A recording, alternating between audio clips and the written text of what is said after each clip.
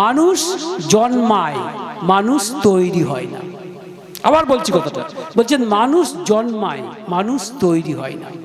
তাই নেতাজি সুভাষচন্দ্র বসুর কথার উত্তরে ঠাকুর বলেছিলেন এই কথাই। তখন নেতাজি বলেছিলেন, ঠাকুর আপনি যা বলছেন সে তো সত্যি কথাই, কিন্তু এ তো অনেক সময় সাপেক্ষ ব্যাপার। ঠাকুর বলেছিলেন সময় তো লাগবেই, কারণ এতদিন যা গলদ জন্মেছে সেই গলদকে দূর করতে গেলে সময় লাগবে। তবে মনে রাখবেন, কোনো শর্টকাট প্রোগ্রাম দ্বারা মানুষের সত্যিকারের মঙ্গল করতে পারবেন না। তো আজকের এই দিনে নেতাজি সুভাষচন্দ্র বসুর জন্মদিনে যে এত বড় বড় কথা বলা হচ্ছে, শ্রী শ্রী ঠাকুর অনুকূলচন্দ্রের সাথে তার এতবারের দেখা, এত কথাবার্তা, দেশবন্ধু চিত্তরঞ্জন দাসের সাথে তার কথাবার্তা, মহাত্মা গান্ধীর সাথে তার মতের তুলনামূলক আলোচনা, এগুলো হবে না? কই হয় না তো?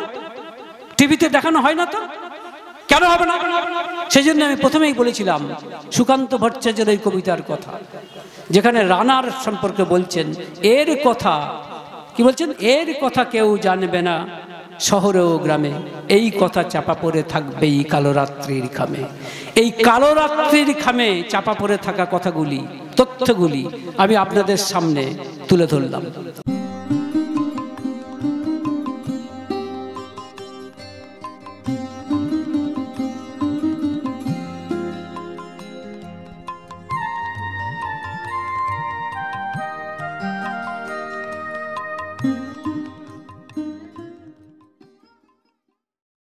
প্রত্যেককে আমি রানন্দিত জয়গুরু এবং সশ্রদ্ধ প্রণাম জানাই। সঙ্গীত শুনেছেন, সকাল থেকে সেগুলি শুনছেন, হয়তো পরে আরো আয়োজন আছে। আমি আপনাদের কাছে কিছু তথ্য জানাতে এসেছি, যেগুলো জানা দরকার। রানার কবিতায় সুকান্ত ভট্টাচার্য লিখেছিলেন রানার সম্পর্কে, এর কথা জানবে না কেউ শহরে ও গ্রামে, এর কথা চাপা পড়ে থাকবেই কালো রাত্রির খামে। কিছু কথা জানিয়ে আজ সারা দেশ তোলপাড় হচ্ছে। নেতাজি সুভাষচন্দ্র বসুর জন্মদিন, তাকে নিয়ে কত কথা, কত আলোচনা, কত বিতর্ক সারা দেশ করছে। রাজনৈতিক নেতারা, নেতৃবর্গরা কথার ফুলঝুরি ফোটাচ্ছেন। কত বই লেখা হয়েছে যে নেতাজির অজানা তথ্য, নেতাজি সম্পর্কে। আমি কিন্তু কিছু অজানা তথ্য আপনাদের দেব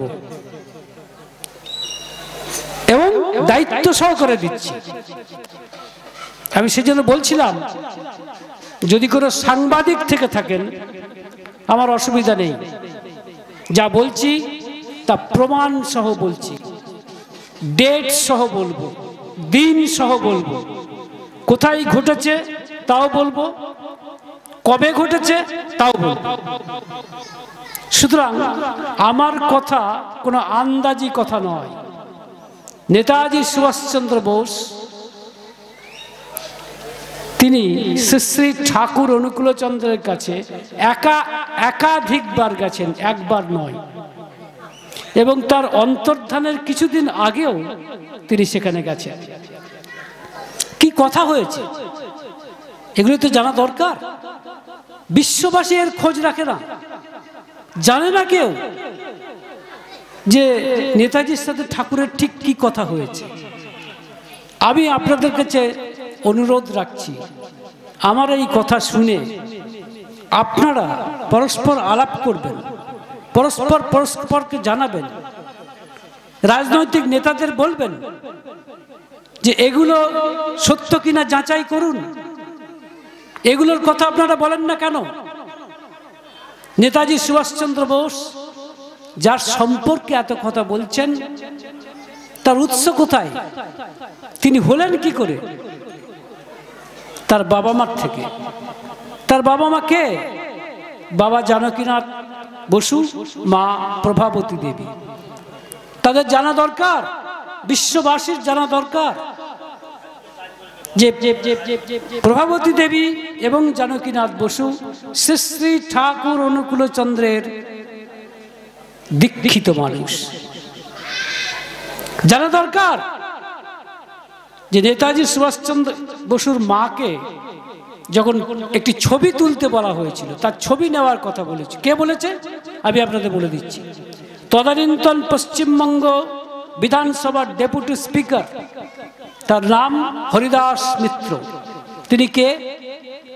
আপনারা কিছুদিন আগে পশ্চিমবঙ্গ সরকারের অর্থমন্ত্রী যিনি ছিলেন, আপনারা নাম শুনেছেন অমিত মিত্র, তার বাবার নাম হরিদাস মিত্র।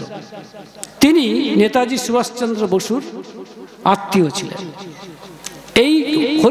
এই হরিদাস মিত্র যখন নেতাজি সুভাষচন্দ্র বসুর মা প্রভাবতী দেবীর কাছে গিয়েছিলেন একটি ছবি তোলার জন্য, মা সঙ্গে সঙ্গে বলেছেন, আমার ছবি তো আলাদা করে তুলতে পারবে না, আবার গুরুর ছবি সহ আমাকে তুলতে হবে। এবং প্রভাবতী দেবী শ্রী শ্রী ঠাকুর অনুকূলচন্দ্রের ছবিকে মাথার উপরে দুহাতে রেখে বলেছিলেন, এইবার ছবি তুলুন। প্রশ্ন করতে পারেন, এই কথা কি আপনার আন্দাজি কথা? যদি আন্দাজি কথাই হতো তাহলে নাম করে বলছে কি করে? এ কথা স্বর্ণাক্ষরে লেখা আছে। সেই জন্য বলছিলাম, যদি কোনো সাংবাদিক বন্ধু থেকে থাকেন, আমার কিন্তু ভয় নেই, আমি দায়িত্ব নিয়ে বলছি।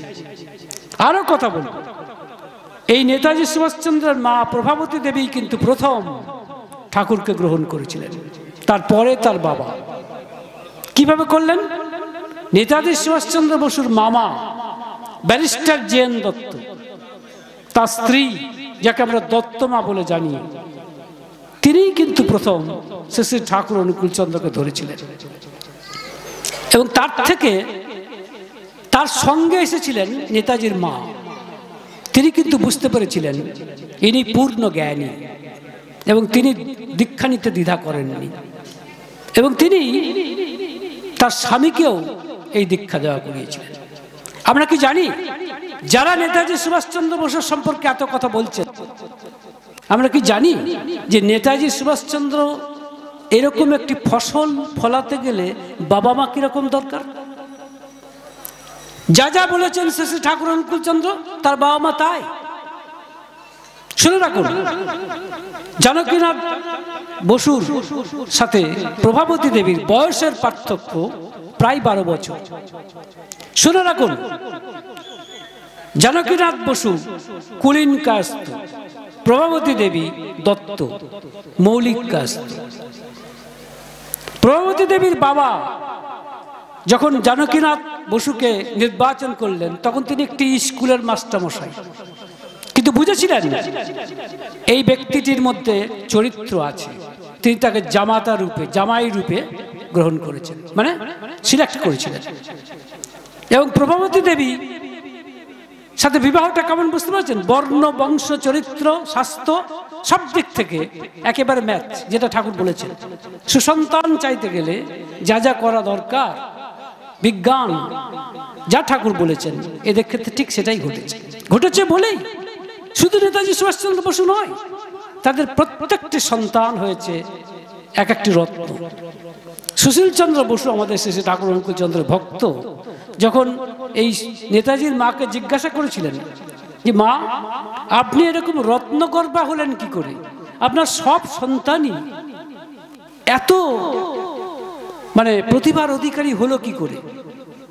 প্রভাবতী দেবী বলেছিলেন, তা তো জানি না বাবা, তবে একটা কথা জানি, স্বামীর সাথে স্ত্রীর যে মতান্তর হয় এ আমি কখনোই টের পাইনি। চিন্তা করুন, স্বামী স্ত্রীর সাথে মতান্তর হয়নি, তো এই জন্যই তো নেতাজি হয়েছে। যে সমস্ত রাজনৈতিক নেতৃবর্গ নেতাজি নিয়ে এত কথা বলেন, যেসব গবেষক নেতাজি নিয়ে এত কথা বলেন, এইসব ঘটনাগুলো জানেন, এইসব প্রেক্ষাপটগুলো জানেন তো? তারা জানেন না, কিন্তু এ বিজ্ঞান শিখতে হবে শ্রী শ্রী ঠাকুর অনুকূলচন্দ্রের কাছে। এবং প্রভাবতী দেবী এবং তার স্বামী জানকীনাথ বসু একদিন ঠাকুরের কাছে এসে আবদার করলেন যে পুরীতে, বর্তমান উড়িষ্যার পুরীতে ঠাকুরকে নিয়ে যাবেন। তাদের বাড়িতে। বাড়ির নাম কি ছিল মা? আমি আপনাদের সঙ্গে প্রশ্ন উত্তর নিয়ে আলোচনা করব, শুধু আমি একা বকবক করব না। বাড়িটির নাম কি? হরনাথ লজ। দেখুন, বাড়িটি পুরীর কোন রোডে অবস্থিত? Armstrong road. হরনাথ কার নাম? নেতাজি সুভাষচন্দ্র বসুর ঠাকুরদা, অর্থাৎ জানকীনাথ বসুর বাবা। সুতরাং হরনাথ লজে নিয়ে যাবার জন্য প্রথম গৃহপ্রবেশ করবেন, ঠাকুরকে ধরলেন। ঠাকুর কি বলেছিলেন? বলেছিলেন, আমি গেলে তো অনেক মানুষ যাবে, তোমাদের কষ্ট হবে। জানকীনাথ এবং প্রভাবতী দেবী কি উত্তর দিয়েছিলেন? বলেছিলেন, তার জন্য আমরা প্রস্তুত হয়েই আছি। ভক্তদের সেবা করব, এর চেয়ে মহাভাগ্য আর কি হতে পারে? জানে আজকালকার রাজনৈতিক নেতারা এই ঘটনা? কার বাবা মা বলছেন? নেতাজি সুভাষচন্দ্র বাবা মা বলছেন। ঠাকুর কতদিন ছিলেন পুরীতে? 2 মাস। 2 মাস ছিলেন। প্রথমে কে কে গিয়েছিলেন? বড় মা, মাতা মনমোহিনী দেবী, ঠাকুর ইত্যাদি, এবং পরবর্তী ক্ষেত্রে ভক্তরা গিয়েছিলেন। কবে গিয়েছিলেন? দেখুন, যদি সাংবাদিক থাকতো, জিজ্ঞাসা করতো, আপনি যে কথাগুলো বলছেন ডেট বলুন। আমি ডেট বলতে এসেছি, আমি আপনাদের কাছে তথ্য দিতে এসেছি। 1922 সালের 31শে ডিসেম্বর ঠাকুর যাত্রা করেছিলেন। সেখানে পৌঁছেছিলেন হয়তো 2-1 দিন পর। এবং সেখানে কি ঘটনা ঘটেছিল উড়িষ্যাতে? বিচিত্র ঘটনা। ঠাকুর একদিন ওই নদী সমুদ্রের ধারে হাঁটতে হাঁটতে একদিন একাই চলে গিয়েছিলেন। কেউ খুঁজে পাচ্ছে না। অনেক পরে খুঁজে পাওয়া গিয়েছিল। খুঁজে মানে তিনি নিজেই ফিরে এসছেন সন্ধ্যেবেলায়। সবাই তো একবারে হারানিধিকে পেয়ে আত্মহারা। বলছেন, কোথায় গিয়েছিলেন? আসলে গিয়েছিলেন ঠাকুর সাক্ষী গোপাল। ঠাকুর বলছিলেন, তেমন কোনো উদ্দেশ্য নিয়ে যাইনি, এমনি হাঁটছিলাম, হঠাৎ সেখানে গিয়ে পৌঁছে গেলাম। কার্যকারণ সম্পর্কটা কিছু বুঝতে পারেন? বোঝারই কথা, তারই পূর্বজন্মের ইতিহাস তার স্মরণে এসেছে, তাই তিনি গেছেন। সাক্ষী গোপাল। গোপাল মানে কি? ভগবান শ্রীকৃষ্ণেরই বাল মূর্তি, মানে বালক মূর্তি। এটা পুরীতে ঘটেছিল। পুরীতে আরো মজার মজার ঘটনা ঘটেছিল, সেগুলো আমি জানা আছে।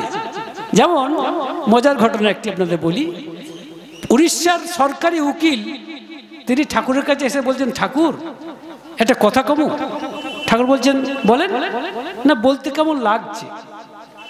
বলছে, বলুন না, আমাকে বন্ধুভাবে বলুন। বলছে, কি জানেন, আমি প্রতিষ্ঠিত, আমার কোনো দুঃখ নেই, আমার ছেলেমেয়েরা প্রতিষ্ঠিত, শরীরও খুব ভালো, কিছুরই অভাব নেই ঠাকুর। আচ্ছা বলুন তো, তাহলে কি আমার ঠাকুর ধরার দরকার আছে? কারণ মজার কথা দেখুন, বলছেন আমার কিছুর অভাব নেই, তাহলে কি আমার ঠাকুর ধরার দরকার আছে? ঠাকুর হেসে বলেছিলেন, না, তা কেন? অভাবে পরিশ্রান্ত মোহনীত ব্রহ্ম জিজ্ঞাসা করে, নতুবা করে না তো। তাই আপনার যখন অভাব নেই, তখন ঠাকুর ধরবেন কেন? এবং মলিন একটি হাসি হেসেছিলেন। মানে বোঝেন? মানে হচ্ছে, মুশকিল কি জানেন, আমাদের অনেকেই মনে করি মোটামুটি একটু একটু দুঃখ টুক্ষ থাকলেও মোটামুটি ভালোই আছি। মানে কখন সবটাই যে দুঃখ তা তো নয়, মাঝে মাঝে তো বেশ আনন্দও পাওয়া যায়। মুশকিল কি জানেন, মানুষ যখন যদি দুঃখ না পায়, ঈশ্বরকে ধরতে পারে না। তাই মনে হয় মাঝে মাঝে মানুষের জীবনে দুঃখ আসা দরকার। বুদ্ধদেব বলেছিলেন, দুঃখ আছে, এইটা আমাদের বোঝার চেষ্টা করতে হবে যে দুঃখ কিন্তু আছে এবং দুঃখের কারণ আছে। দুঃখকে দূর করা যায় এবং নির্বাণ লাভ করা সম্ভব। বুদ্ধ ধর্মের এই 4টি হচ্ছে প্রধান কথা। কুন্তী দেবী ভগবান শ্রীকৃষ্ণকে ডেকেছেন একবার। কেন? বারবার তারা বিপদে পড়ছে। দেখুন, পাণ্ডবরা ধর্মের পক্ষে থাকে, অথচ তাদেরই বিপদ। বারবারই ভগবান শ্রীকৃষ্ণ আসেন এবং বিপদ থেকে রক্ষা করেন। সেই রকম একবার এসেছেন, এসে বলছেন, ওই বিপদটি উদ্ধার করে বলছেন, কুন্তী মা, তোমাকে একটা কথা বলছিলাম নাকি, তোমাকে একটা বর দিতে চাই। কি বর? বলছেন, তুমি একটা বর প্রার্থনা করো, আর তোমাদের কোনো বিপদ হবে না। কেন না, তোমরা ধর্মের পক্ষে আছো, তোমরা কোনো অন্যায় করো না, তা সত্ত্বেও যত বিপদ তোমাদের, আমি তোমাদের বর দিতে চাই, আর তোমাদের কোনো বিপদ হবে না। কুন্তী দেবী কিরকম বুদ্ধিমান দেখুন, বলছেন তাতে লাভ, বলছি লাভ এই, আর তোমাদের বিপদ হবে না, আর বারবার আমাকে আসতেও হবে না। কুন্তী দেবী কি উত্তর দিয়েছিলেন? এই বর আমি চাই না। কেন?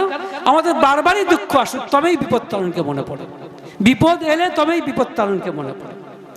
এখানে মুশকিল কি জানেন, আমরা যে দুঃখে আছি এটা কিন্তু ভাবতে চাই না, কিন্তু এটাই ফ্যাক্ট। কারণ যে বলছে আমার কোনো অভাব নেই, সে জানে না যে তার কতখানি অভাব। সুতরাং এই উড়িষ্যার উকিলটির কথায় ঠাকুর হেসেছিলেন, একটি মলিন হাসি, দুঃখের হাসি। এটা ইঙ্গিতটা এই যে আমাকে বুঝতে হবে যে আমি সুখে নেই, আমি দুঃখেই আছি।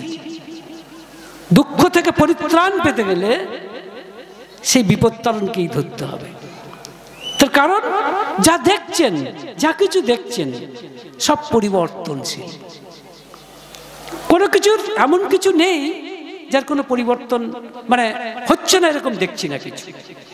শ্রী শ্রী ঠাকুর অনুকূলচন্দ্র এই চরম সত্যটি তার স্ত্রীকে লেখা একটি চিঠিতে লিখেছেন। কি অপূর্ব চিঠি! মনে রাখবেন, ভগবদ গীতার সর্বশ্রেষ্ঠ কথা দ্বিতীয় অধ্যায়ের দুটি বাণীতে বলা হয়েছে। দ্বিতীয় অধ্যায়ের 11 নম্বর বাণী এবং দ্বিতীয় অধ্যায়ের 12 নম্বর বাণীতে আধ্যাত্মিক জগতের, ধর্ম জগতের সর্বোত্তম সর্বোচ্চ কথাটি বলা হয়েছে। কথাটি কি? শ্লোকটি 11 নম্বর শ্লোকটি এই: অসচ্যম অন্নশোচস্তম প্রজ্ঞাবাদংশ্চ ভাষসে গতাসুনো অগতাসুংশ্চ নানুশোচন্তি পণ্ডিতাঃ। এবং দ্বিতীয় অধ্যায়টিকে, দ্বিতীয় শ্লোকটি কি? ন তু জাতং জাতু নাশম ন তম নেমে জনাধিপাঃ ন চৈব ন ভবিষ্যামঃ সর্বে বয়মতঃ পরম। এর অর্থ এই, দেখো অর্জুন যুদ্ধ করতে এসেছে, যুদ্ধক্ষেত্রে দেখছে আত্মীয় স্বজন, ভাবছে সর্বনাশ, আমি যদি আত্মীয় স্বজনকে মেরে ফেলি তাহলে তো এরা থাকবে না, এদের কোনো অস্তিত্ব থাকবে না, তাই সে ভেঙে পড়েছে। তখন ভগবান শ্রীকৃষ্ণ বলছেন কি? অসচ্যানন্য শৌচস্তম প্রজ্ঞাবাদংশ্চ ভাষসে গতাসুন গতাসুশ্চ নানুশোচন্তি পণ্ডিতাঃ। তুমি যাদের জন্য শোক করছো তারা শোকের যোগ্য নয়, কারণ যারা পণ্ডিত তারা যে বেঁচে আছে এবং যে মারা গেছে কারোর জন্যই শোক করেন না। কেন করেন না? তার কারণ বলছেন ন তেবাহম জাতু নাশম ন তম নেমে জনাধিপাঃ ন চৈব ন ভবিষ্যামঃ সর্বে বয়মতঃ পরম। এর অর্থ হচ্ছে এই যে দেখছো তুমি এবং আমি বা এই সব রাজারা, তুমি কি মনে করছো আমরা ছিলাম না বা ভবিষ্যতে থাকবো না? এটা আদৌ সত্যি নয় এই কথা। তার মানে আমি ছিলাম, আমি থাকবো এবং আমি আছি, অর্থাৎ আমার এমন কিছু একটা আছে যার পরিবর্তন নেই। বলুন তো সেটা কি? কি এমন আছে যার পরিবর্তন নেই? আত্মা। এটাই ঠাকুর বোঝাচ্ছেন। ইনফ্যাক্ট গীতাতে ভগবান শ্রীকৃষ্ণ এই কথা বলছেন। আর ঠাকুর তার স্ত্রী বড়মাকে, পূজনীয় বড়মাকে একটি চিঠি লিখেছিলেন যখন বড়মা তার বাপের বাড়িতে ছিলেন।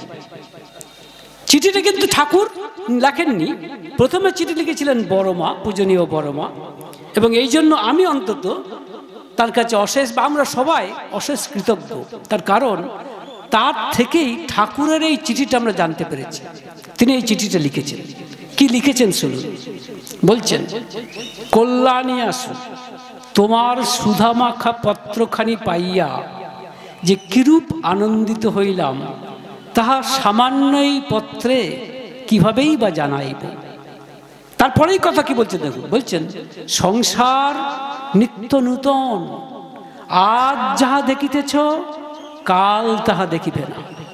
তুমি আমি গতকাল কেমন ছিলাম, আজ আবার কেমন হইয়াছি। আমাদের বাল্য কৈশোর কোথা দিয়া চলিয়া গিয়াছে, কিছুই ঠাওর পায় নাই। রূপ যৌবন অর্থ সম্পত্তি আচার ব্যবহার সবই পরিবর্তনশীল। সংসার নিত্য নূতন। ভাবিয়া বলো তো দেখি কিসের পরিবর্তন নাই? কে বলছেন? প্রশ্নটা কে করছেন? প্রশ্নটা করছেন ঠাকুর। কাকে করছেন? হায় ঈশ্বর, পূজনীয় বড় মাকে। আমার খুব অবাক লাগে, সদ্য পরিণীতা স্ত্রীকে তার স্বামী চিঠি লিখছেন, এই চিঠি, এবং উত্তরটা ঠাকুরই দিচ্ছেন, লিখছেন পরিবর্তন নাই আত্মার। তুমি এবং আমি যখন মায়ের গর্ভে ছিলাম তখনও সে যেমন ছিল, আজও সে তেমনই আছে। এই আত্মার সাথে মিলনই বিবাহ আর বিচ্ছেদই বিরহ। বুঝলেন? এই বলুন তো, এই আত্মাটা কে? আত্মা কি এক মুঠো ধোঁয়া? তা নয়। আত্মা হচ্ছেন, তার সাকার রূপ হচ্ছেন শ্রী শ্রী ঠাকুর করছেন, অর্থাৎ পুরুষোত্তম। তিনি সাকার রূপ। তার ঠাকুর যে বলছেন এই আত্মার সাথে মিলনই বিবাহ, কি বলুন তো? এখানে কিন্তু ছেলে মেয়ে ভেদ নেই। এই বিবাহে ছেলে মেয়ের কথা বলছেন না, বলছেন এই আত্মার সাথে মিলনই বিবাহ। হচ্ছে আমি যদি যে মুহূর্তে ঠাকুরের নামটা করছি, তার আমি আত্মার সঙ্গে নিজেকে মিশিয়ে দিচ্ছি, এটাই হচ্ছে বিবাহ, মিলন। আর বিচ্ছেদে বিরহ যে মুহূর্তে আমি ঠাকুরকে ভুলে যাচ্ছি, সেটাই বিরহ। তার পরের লাইনে ঠাকুর লিখছেন, তাই এই চির পরিবর্তনশীল মনকে যদি চির অপরিবর্তনশীল আত্মার সাথে মিশাইয়া দিতে পারো, তাকেই প্রকৃত ভালোবাসা বলে। আর এ ভালোবাসাই প্রকৃত ভালোবাসা। এ ভালোবাসাই নিম্নাকর্ষণকারী, কামনার লালসা নেই। এ ভালোবাসা শুধুই ভালোবাসা। যদি ভালোবাসিতে হয় তবে এমন ভালোবাসাই ভালো। কে লিখছেন চিঠি? ঠাকুর। কাকে লিখছেন? বড় মাকে। আমার কিন্তু খুব জানতে ইচ্ছে করে বড় মা কি ভেবেছিলেন। এইরকম স্বামীর চিঠি, হায় ঈশ্বর, জানি না বড় মা কি ভেবেছিলেন। তো যাই হোক, তার কি আধ্যাত্মিক জগতের সর্বোচ্চ কথা কিন্তু ঠাকুর লিখছেন এই চিঠিতে। আচ্ছা বলুন তো, এই চিঠি কাকে লিখেছেন? ঠাকুর বড় মাকে। তাহলে চিঠিটা ব্যক্তিগত না পাবলিক চিঠি? না, ব্যক্তিগত চিঠি। কারণ চিঠিটা লিখছেন একজন স্বামী তার স্ত্রীকে। কিন্তু আমরা পেয়ে গেছি সেই চিঠি। কি করে পেলাম? দেখুন, এখানেও আরেকবার বড় মাকে, আমি পূজনীয় বড় মাকে আমি কৃতজ্ঞতা জানাই। কারণ তিনি সরল সাদাসিধা মা ছিলেন। তিনি কিন্তু এই চিঠিটাকে আলাদা করে রাখার এমন কিছু প্রয়োজন বোধ করেননি সম্ভবত, যে কারণে এই চিঠিটা আমরা পেয়েছি, পাবলিক ডোমেনে এসেছে, তাই না? কিন্তু তবু বলি, শেষ কথা, যদি আমার এই কথা ভ্রান্ত হয়, মিথ্যাও হয়, ভুলও হয়, তথাপি আমি বিশ্বাস করি এই চিঠি পাবলিক হতোই। কেন বলুন তো? তার কারণ যদিও ঠাকুর বড় মাকে এই চিঠি লিখেছেন, কিন্তু এই চিঠি বিশ্ব মানবতাকে লেখা চিঠি। এই চিঠি ভগবান শ্রীকৃষ্ণ লিখছেন অর্জুনকে। এই চিঠি লিখছেন শ্রী শ্রী ঠাকুর অনুকূলচন্দ্র পূজনীয় বড় মাকে। কিন্তু পূজনীয় বড় মা একান্তভাবে উপলক্ষ মাত্র, আসলে আমাদেরকেই লিখছেন। তাই এ চিঠি কিন্তু পাবলিক হতোই, এ চিঠিকে লুকোনো যেত না।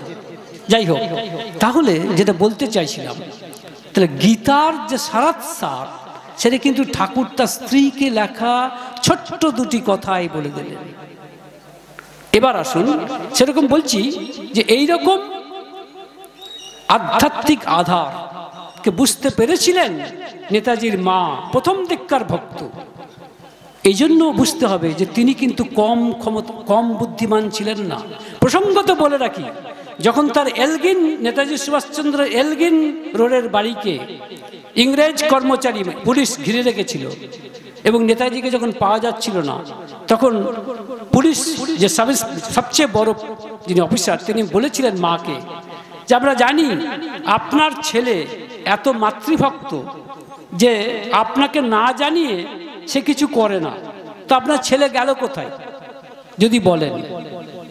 প্রভাবতী দেবী বলেছিলেন, তার আগে আমার প্রশ্নের উত্তর দিন, আপনারা যে এই বাড়িটাকে এইভাবে ঘিরে রেখেছেন যে একটা মাছিও গলতে পারছে না, আমার ছেলে চলে গেল, আপনারা কোথায় আমার ছেলেকে লুকিয়ে রেখেছেন তার উত্তর দিন। কে বলছেন? প্রভাবতী দেবী।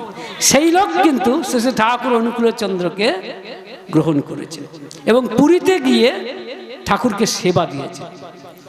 এবং আরেকটা কথা, এই যে নেতাজি সুভাষচন্দ্রের কথা বলা হচ্ছে, তার গুরুকে, গুরু হচ্ছেন দেশবন্ধু চিত্তরঞ্জন দাস। এই দেশবন্ধু চিত্তরঞ্জন দাসকে নেতাজি সুভাষচন্দ্র গুরু বলতেন। বড় বড় রাজনৈতিক নেতারা এই কথাই বলেন। তারা জানে কি যে দেশবন্ধু চিত্তরঞ্জন দাস কার শিষ্য, কার মন্ত্র দীক্ষিত? শ্রী ঠাকুর অনুকূলচন্দ্র। আমি তাই বলছিলাম, যদি কোনো সাংবাদিক থেকে থাকেন, নেই হয়তো এখানে, কিন্তু এটা লাইভ কাস্ট হচ্ছে, দায়িত্ব নিয়ে বলছি, কিছু কিছু মহল চেষ্টা করে যে এইটা প্রমাণ করার জন্য যে দেশবন্ধু চিত্তরঞ্জন দাস ঠাকুরের দীক্ষা নেননি, এটা আমাদের একটা গুজব। সেই দায়িত্বটা নেবার জন্যই আপনাদের কাছে এসেছি। তথ্য দিয়ে বলছি, 1924 সালের 14ই মে মানিকতলার বাড়ি থেকে দেশবন্ধু চিত্তরঞ্জন দাস শ্রী শ্রী ঠাকুর অনুকূলচন্দ্রের মাতা মনমোহিনী দেবীর কাছে দীক্ষা লাভ করেন। প্রমাণ যদি প্রশ্ন করে, প্রমাণ কোথায়? প্রমাণ দিচ্ছি। দেশবন্ধু চিত্তরঞ্জনের যিনি জীবন লেখক, মানে জীবনী লেখক, নাম হেমেন্দ্র কুমার দাশগুপ্ত, তিনি যে বই লিখেছেন দেশবন্ধু জীবন চরিত, তাতে এই কথা স্পষ্টভাবে লেখা আছে।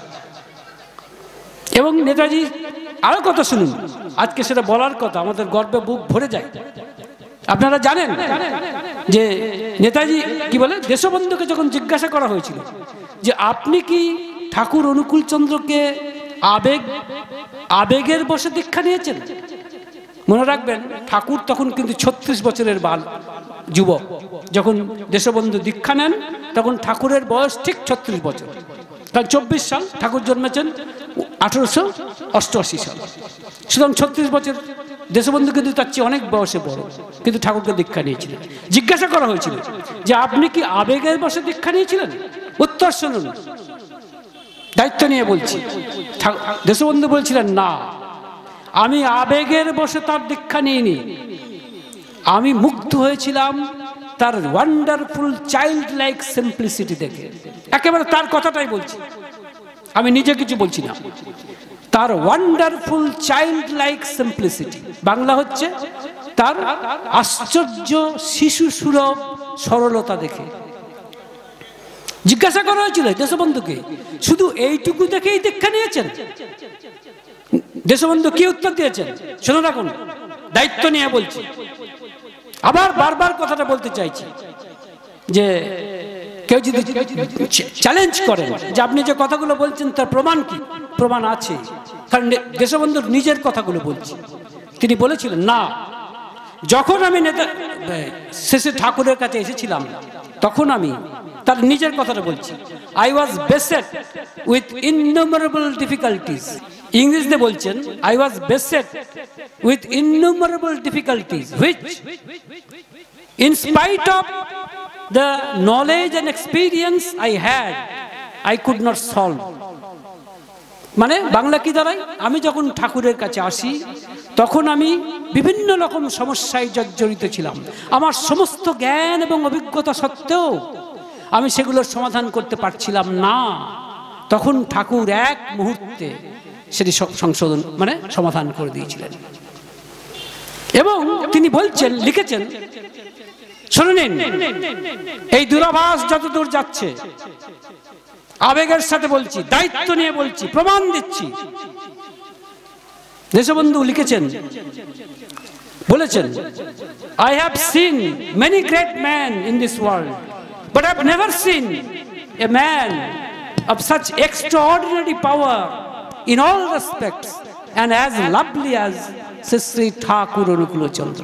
যার বাংলা করলে দাঁড়ায় এই যে আমি পৃথিবীতে বহু মানে মহান মানুষদেরকে দেখেছি, কিন্তু শ্রী ঠাকুর অনুকূলচন্দ্রের মতো এমন একজন মানুষ যার সর্ববিষয়ে সমস্ত রকম জ্ঞান এবং এত শক্তি এবং এত প্রেমময় ব্যক্তিত্ব আমি কখনো দেখিনি।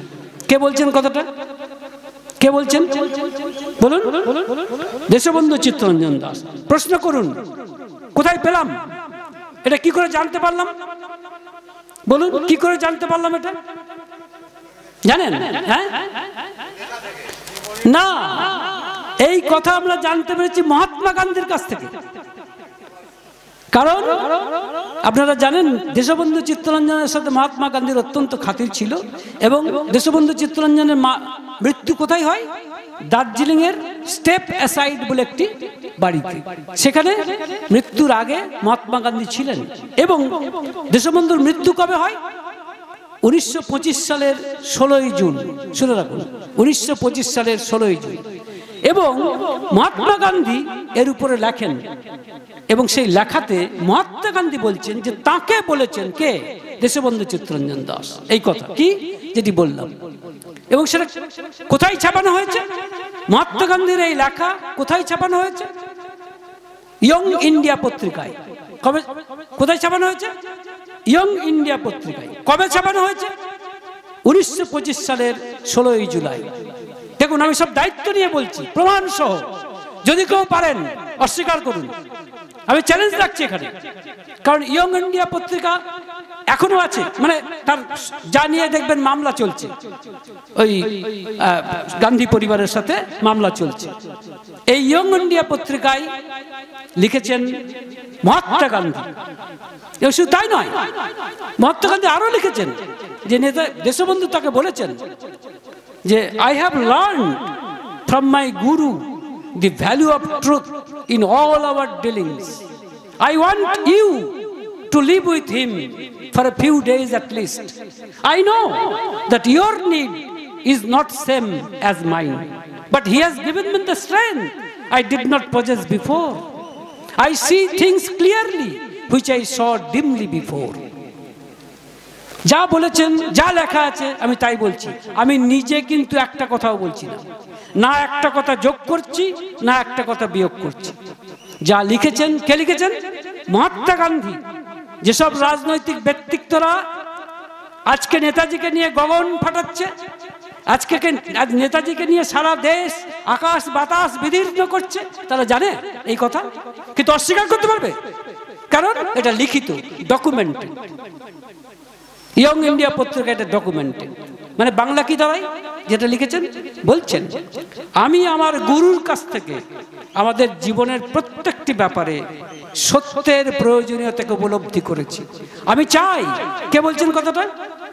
দেশবন্ধু চিত্তরঞ্জন। কাকে বলছেন? মহাত্মা গান্ধীকে। কি বলছেন? আমি চাই আপনি কিছুদিন শ্রী ঠাকুরের কাছে থাকুন। আমি জানি আমার চাহিদা আর আপনার চাহিদা এক নয়, কিন্তু মনে রাখবেন তিনি আমাকে শক্তি দিয়েছেন, যে শক্তির বলে আমি কিন্তু সেই শক্তি আগে আমার ছিল না। আজ আমি সব জিনিসকে যত স্পষ্টভাবে দেখতে পাই, আগে সেটা ঝাপসা দেখতাম। কাজেই আমার গুরুর কাছে এসে আমি সব জেনেছি। শুধু তাই নয়, দেশবন্ধু চিত্তরঞ্জন দাস তার পত্রিকা ফরওয়ার্ড পত্রিকা তিনি বলেছিলেন ঠাকুর কিভাবে দেশের কাজ করব। ঠাকুর বলেছিলেন ওই শুধুমাত্র ওই খদ্দর পরে আর জেল খেটে যদি স্বাধীনতা পাওয়া যায়ও, সে স্বাধীনতার দাম নেই। দাসদা আগে মানুষজনকে সেবা দিন, ছোট ছোট ক্ষুদ্র কুটির শিল্প তৈরি করুন, ছোট ছোট ব্যাংক তৈরি করুন, মানুষকে সেবা দিন। আলাদা করে ইংরেজদের তাড়াতে হবে না। আগে ভেবে দেখুন কি গুণের জন্য, ইংরেজদের কি গুণের জন্য আমরা স্বাধীনতা হারিয়েছি, আর আমাদের কি দোষের জন্য আমরা স্বাধীনতা হারিয়েছি। কাজে আগে ইংরেজদের মতো সেবা দেন। দেখবেন আমরা কথায় কথায় ইংরেজদের বিরোধিতা করি, ঠাকুর কিন্তু করেননি। ঠাকুর তাদের গুণটাকে সমাদর করেছেন, আর এটাই সত্য। তাই তিনি বলেছিলেন তখন নেতাজি দেশবন্ধু চিত্তরঞ্জন দাস বলেছিলেন, কিন্তু ঠাকুর কি করে করব? তখন ঠাকুর বলেছিলেন তার জন্য মানুষ দরকার। বলছেন সে তো অনেক বড় ব্যাপার। তো ঠাকুর বলেছিলেন, আচ্ছা আপনি যে আমার এই আশ্রমে কিছুদিন আছেন, কতদিন থাকবেন? বলে বেশি দিন তো থাকতে পারবো না ঠাকুর, কাউকে চার্জ দিয়ে আসতে হয়, সে আবার ঠিক করে না। তাহলে একটা মানুষ খুঁজে পাচ্ছেন না যে আমার এই আশ্রমে কয়েকদিন এসেছেন, আপনার দায়িত্বভারটুকু বুঝে নেবে। তখন দেশবন্ধু বলেছিলেন, যারই ভালো করি ঠাকুর, সেই আবার কিছুদিন পর আবার নিন্দা করে। ঠাকুর বলছেন, তাহলে যে দেশে এইরকম মানুষ, স্বাধীনতা আপনি কি করবেন দাসদা? তাই আগে তৈরি করুন মানুষ। দাসদা বুঝেছিলেন, যে জন্য ঠাকুর বলেছিলেন দাসদা আমার ABCD বুঝেছে। এবার নেতাজি সুভাষচন্দ্র বোস ঠাকুরকে কি জিজ্ঞাসা করেছিলেন? ICS পাস করার পরে কিরকম বুদ্ধিমান দেখুন, যখন ICS পাস করতে গেছেন পরীক্ষায়, তখন ইংরেজ পরীক্ষক জিজ্ঞাসা করেছিলেন, মানে বলেছিলেন, I see a dog in front of me। নেতাজিকে বলেছিলেন, I see a dog in front of me, আমার সামনে আমি একটা কুকুরকে দেখতে পাচ্ছি। নেতাজি সুভাষচন্দ্রের বুদ্ধিমত্তা, বাগ্মিতা কেমন দেখুন। সঙ্গে সঙ্গে বলেছিলেন, yes I M A mirror, আমি হচ্ছি আয়না। ভাবতে পারেন এইরকম বুদ্ধিমত্তা যুক্ত মানুষ ঠাকুরের কাছে গিয়ে কি করলেন? আভূমি সে প্রণাম করলেন, আভূমি। এবং কি বললেন? বললেন, আমার মায়ের আদেশে আমি আপনার কাছে এসেছি। আমি জানতে চাই দেশের কাজ করতে গেলে প্রথমে কোথা থেকে আমাকে শুরু করতে হবে। ঠাকুর কি উত্তর দিয়েছিলেন? এগুলো আপনার তো জানা দরকার। ঠাকুর শুধু আধ্যাত্মিক একজন পুরুষোত্তম শুধু তাই নয়, ঠাকুরকে যখন একজন জিজ্ঞেস করছেন যে আপনি আবার সব রাজনীতি করছেন কেন, ঠাকুর বলেছিলেন, রাজনীতি যদি বাঁচাবার জন্য হয় তাহলে রাজনীতি তো ধর্মের মধ্যেই, ধর্মের থেকে বাধ্য নয়। যা কিছু জীবনীয়, যা কিছু মানুষের বাঁচার জন্য, যা কিছু মানুষের বাড়ার জন্য, তাই তো ধর্ম। ঠাকুর কি বলছেন? বাঁচা বাড়ার মর্ম যা, ঠিকই যেন ধর্মতা। তাহলে রাজনীতি বা তার থেকে বাদ যাবে কেন? ঠাকুর বলছেন পলিটিক্স কথাটাই এসছে প্রি ধাতু থেকে, যা পূরণ করে, পোষণ দেয়। রাজনীতি বাদ যায় কি করে? তো যাই হোক, তো নেতাজি সুভাষচন্দ্র যখন জিজ্ঞাসা করেছিলেন যে এই দেশের কাজ কোথা থেকে শুরু করব, ঠাকুর অনুকূলচন্দ্র কি উত্তর দিয়েছিলেন? বলেছিলেন, আমার মনে হয় প্রথমেই মানুষ তৈরি করার প্রোগ্রাম নিতে হবে। দেশে মানুষ নেই, আর তার জন্য চাই কম্প্যাটেবল ম্যারেজ, মানে সুসঙ্গত বিবাহ। বর্ণ, বংশ, স্বাস্থ্য, চরিত্র এইগুলি দেখে যদি ঠিক বিবাহ হয় তবে দেশে সুসন্তান আসবে, আর তারাই দেশকে উদ্ধার করবে। নেতাজি সুভাষচন্দ্র বলেছিলেন, ঠাকুর শুনে রাখুন কি বলেছিলেন সেটাও বলছেন, এগুলো আমার নিজের কথা নয়, বানানোর কথা নয়, বাড়িয়ে কথা বলছি না, যোগও করছি না, বিয়োগও করছি না, একেবারে যা বলেছেন আমি যেন মাউথপিস, আমি শুধু আপনাদের সামনে এই মাইকটা নিয়ে বলছি। নেতাজি সুভাষচন্দ্র বলেছিলেন, ঠাকুর আপনি যা বলছেন সেটা নিয়ে আমি ভেবেছি, মানুষ তৈরি করার কথা। স্বামী বিবেকানন্দ এই জিনিস নিয়ে ভেবেছে, তবে বিবেকানন্দ শিক্ষার উপর জোর দিয়েছিলেন। কিন্তু সত্যি তো এখন তো আপনার কথা শুনে যা দেখছি, বীজটাই যদি ভালো না হয় তাহলে ভালো গাছ তৈরি হবে কি করে? কে বলছেন কথা? কে বলছেন? নেতাজি সুভাষচন্দ্র বসু। কাকে বলছেন? শ্রী ঠাকুর অনুকূলচন্দ্রকে বলছেন। এবং কি বলছেন? যে বিবেকানন্দ কিন্তু মানুষ তৈরি করার কথা বলেছেন, কিন্তু তিনি শিক্ষার কথা বলেছেন। কিন্তু বলছেন, হ্যাঁ সত্যি তো, আপনার কথা শুনে মনে হচ্ছে যদি বীজটাই ভালো না হয় তাহলে ভালো গাছ হবে কি করে? সত্যিই তো। কিন্তু ঠাকুর এই প্রসঙ্গে আরেকটা কথা আপনাদের বলি। একবার এক ভদ্রলোক, অত্যন্ত বিদগ্ধ পণ্ডিত, ঠাকুরকে বলেছিলেন যে আপনি এইসব বিবাহের কথা বলেন, বর্ণের কথা বলেন, বংশ দেখার কথা বলেন, এসব কি বলছেন? আমি ধরে নিলাম এইভাবে বিবাহ না হয়ে একটা সাধারণভাবে যেখানে সেখানে জন্ম হলো, কিন্তু যদি ভালো পরিবেশ দেওয়া যায়, যদি ভালো শিক্ষা দেওয়া যায়, তাহলে তাদের উন্নতি হবে না? প্রশ্নটা শুনুন, প্রশ্নটা কি করছেন এই দাদা? বলছেন যে জন্ম যেভাবেই হোক, আমরা একটা কথা বলি, দেখবেন, জন্ম হোক যেটা সেটা, কর্ম হোক ভালো, বলি না? এটা কিন্তু উদারতা। উদারতা দেখানো, এই উদারতায় লাভ হবে না, কারণ এর মধ্যে বিজ্ঞান নেই। তাই ওই দাদা যখন বলছেন, এবং আজকের দিনে বহু তথাকথিত উদারমনা র্যাশনালিস্টরা ঠিক এই কথাই বলেন। কি বলেন? যে আরে জন্ম যেখানে সেখানে হোক না, ভালো পরিবেশ যদি দেওয়া যায়, ভালো শিক্ষা যদি দেওয়া যায়, তাহলে তাদের উন্নতি হবে না? ঠাকুর কি উত্তর দিয়েছিলেন? ঠাকুর বলেছিলেন, দেখুন একই পরিবেশে একই মাটিতে আম গাছও হচ্ছে, কাঁঠাল গাছও হচ্ছে। আম গাছে কিন্তু আমই জন্মায়, কাঁঠাল জন্মায় না, আর কাঁঠাল গাছে কাঁঠালই জন্মায়। অথচ দুটো গাছই কিন্তু একই মাটি থেকে পোষণ নিচ্ছে, একই পরিবেশে বাড়ছে। তাহলে রহস্যটা কোথায়? ঠাকুর বলছেন রহস্য ওর বীজে, মানে ওর জিনে। এবং ঠাকুর বলছেন যে শিক্ষার দ্বারা খুব একটা কিছু হবে না। কিন্তু তখন এই দাদা বলছেন, কি বলছেন ঠাকুর? যদি তাই না হতো তাহলে দেশে এত শিক্ষার আয়োজন কেন? শিক্ষার জন্য এত পয়সা খরচ করা হচ্ছে কেন? ভালো পরিবেশ সৃষ্টি করার জন্য, এখনকার দিনে যেটাকে বলে ইনফ্রাস্ট্রাকচার, একটা ভালো পরিবেশ সৃষ্টি করার জন্য এত পয়সা খরচ করা হচ্ছে কেন?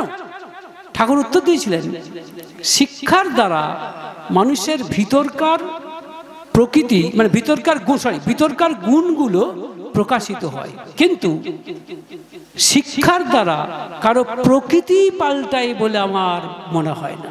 আবার বলছি কথাটা, কি বলছেন? শিক্ষার দ্বারা কারো প্রকৃতি পাল্টাই বলে আমার কিছুতেই মনে হয় না।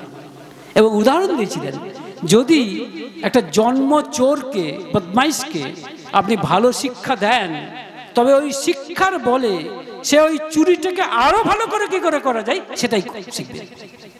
তার কারণ তার জিন তাকে ডিক্টেট করছে, তার ভিতরে যে জিন সেটাকে সে অস্বীকার করবে কি করে? তাই বলছি যে পরিবেশ এবং শিক্ষার দ্বারা মানুষের খুব একটা ভালো করা যায় না।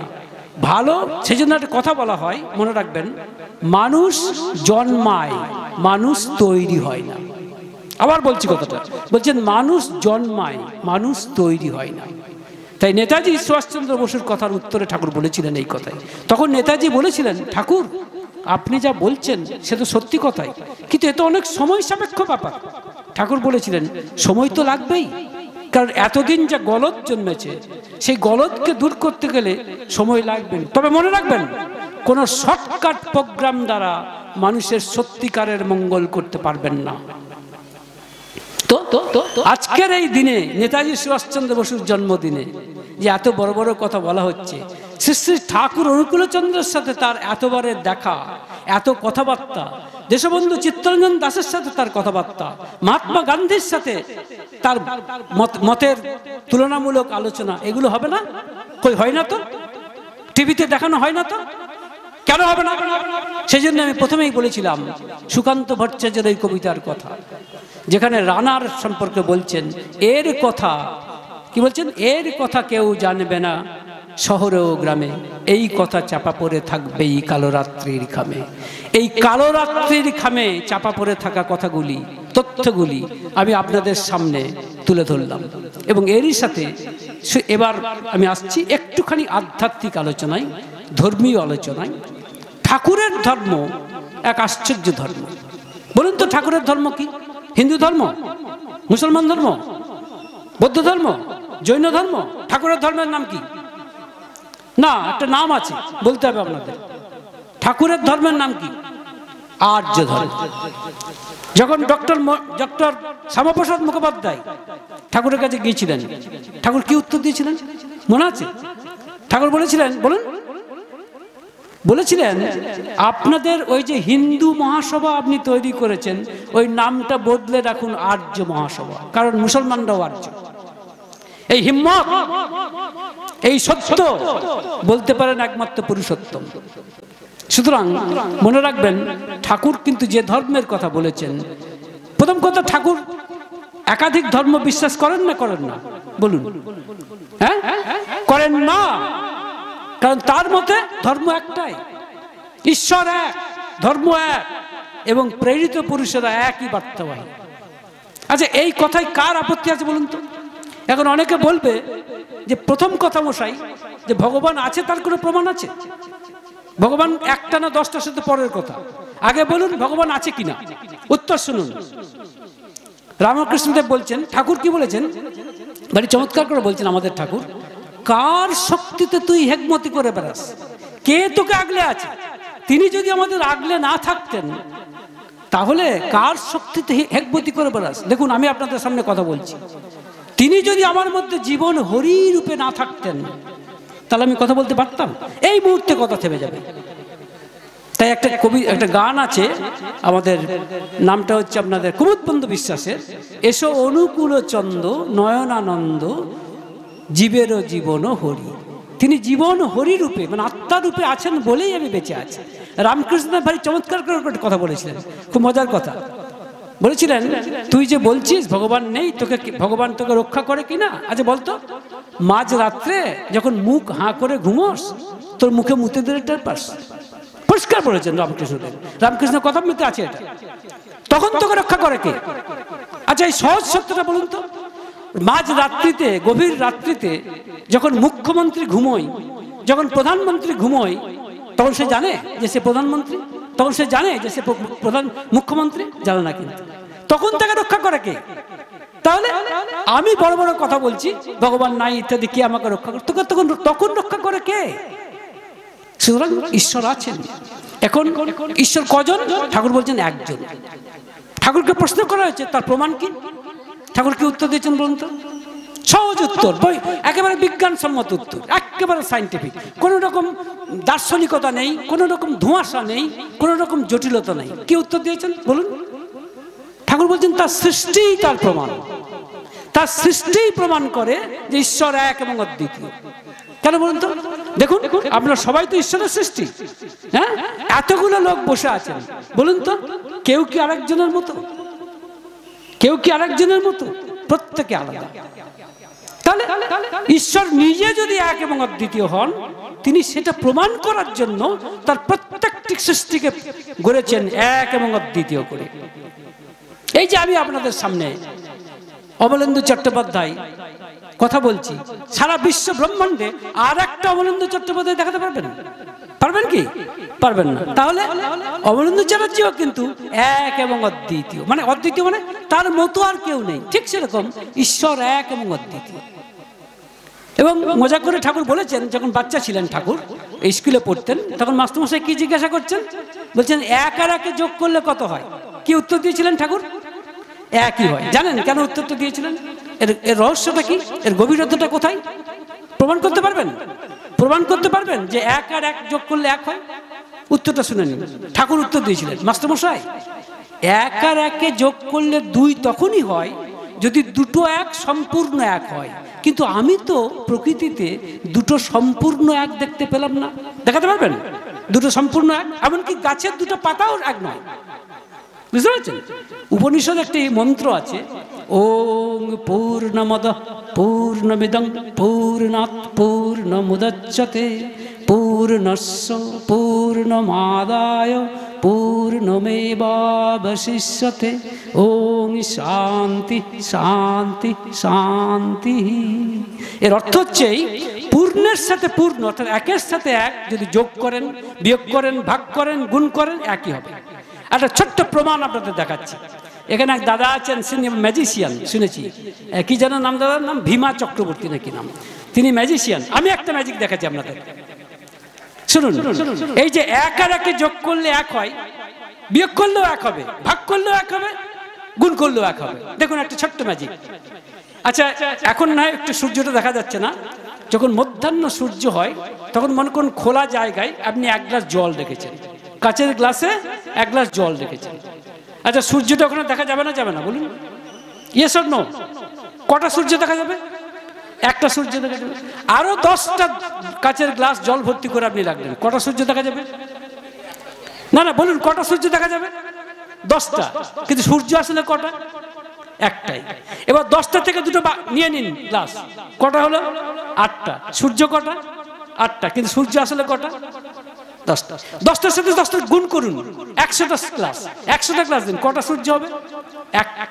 100টা সূর্য দেখা যাবে। আপনি চাইলেও কিন্তু সূর্যটাকে ভাগ করতে পারবেন না। এমনকি যদি চান ওই গ্লাসটাকে ভেঙে দিয়ে 4 খণ্ড করবেন, তাতেও কিন্তু একটাই সূর্য। আপনি পারবেন না 4 খণ্ড সূর্য করতে। তাহলে একের সাথে যোগ করুন, গুণ করুন, ভাগ করুন, যা করবেন সবই এক। তা দেখুন, এবং এটা প্রমাণ করছে ঈশ্বর এক এবং অদ্বিতীয়, তার মতো আর কেউ নেই। ধর্ম এক, কারণ তিনি বলছেন বাঁচাবারাই ধর্ম। আচ্ছা, এর মধ্যে তো কোনো মুসলিম ধর্ম, ইসলাম ধর্ম, হিন্দু ধর্ম, বৌদ্ধ ধর্ম নেই, এটা সত্য। বাঁচার পথে যা কিছু বাধা সেটাকে অপসারিত করতে হবে, সেটাই ধর্ম। এবার এবং এখানে কিন্তু বাঁচতে গেলে ঠাকুর বলছেন অন্যকে সুযোগ দিতে হবে। তা সুযোগ দিয়ে ঠাকুর কি বলছেন? অন্যে বাঁচাই নিজে থাকে ধর্ম বলে জানিস। ফার্স্ট কথা কি বলছেন? অন্যে বাঁচাই, তারপরে নিজে বাঁচে। বুঝতে পারছেন? তার মানে কি, অন্যের জন্য আপনাকে ভাবতে হবে, অন্যের জন্য মায়া মমতাটাকে একটু ছড়িয়ে দিতে হবে। আপনার মায়া মমতাকে যদি আপনার নিজের ফ্যামিলির মধ্যেই সীমাবদ্ধ রাখেন, আপনার নিজের স্ত্রী ছেলে মেয়ের মধ্যেই সীমাবদ্ধ থাকেন, মনে রাখবেন আপনার মতো দুর্ভাগা আর কেউ নেই।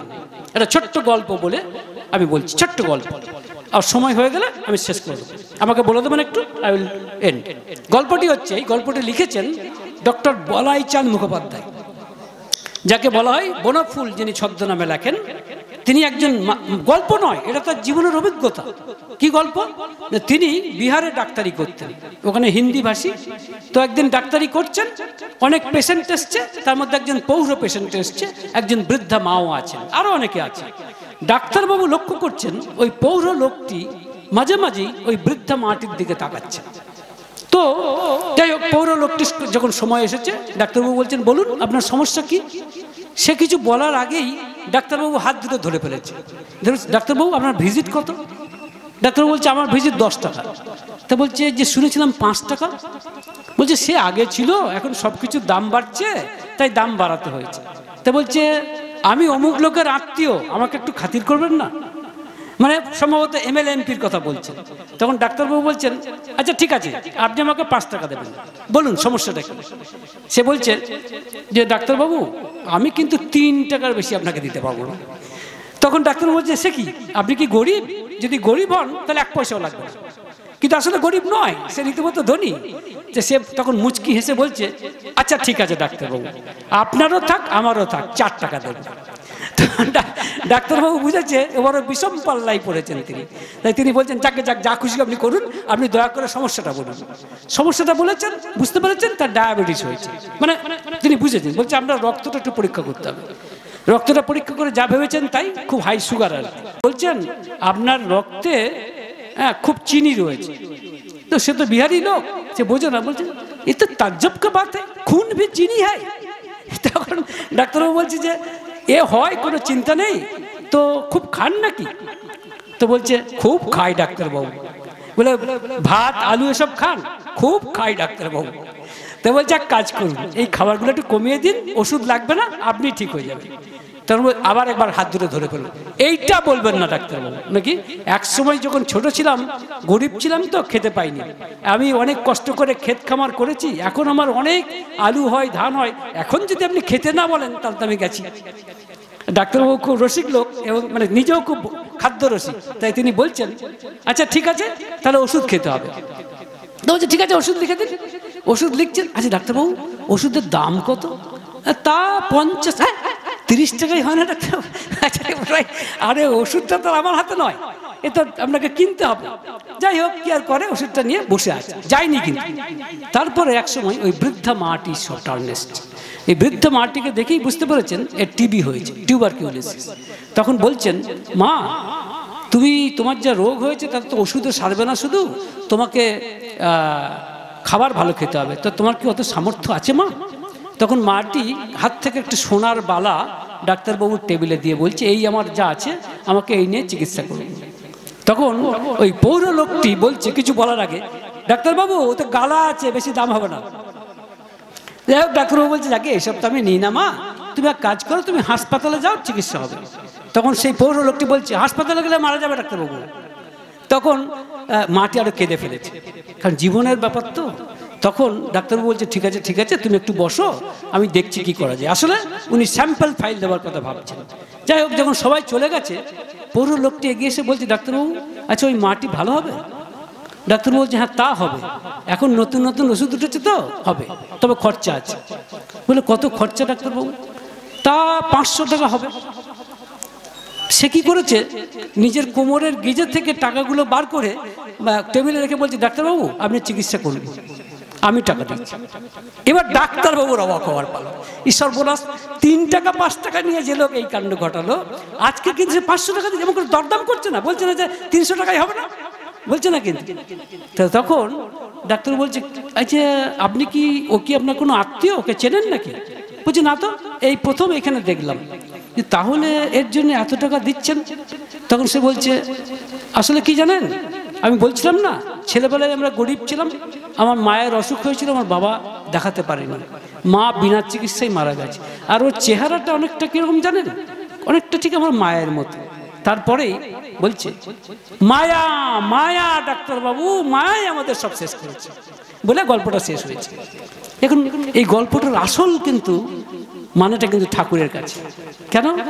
আসলে এই লোকটি সাথে এই মেয়েটির কোনো সম্পর্ক নেই, কিন্তু অনেকটা তার মায়ের মতো, এইটুকুতেই তার মায়াটুকু একটু ছড়িয়ে গেছে।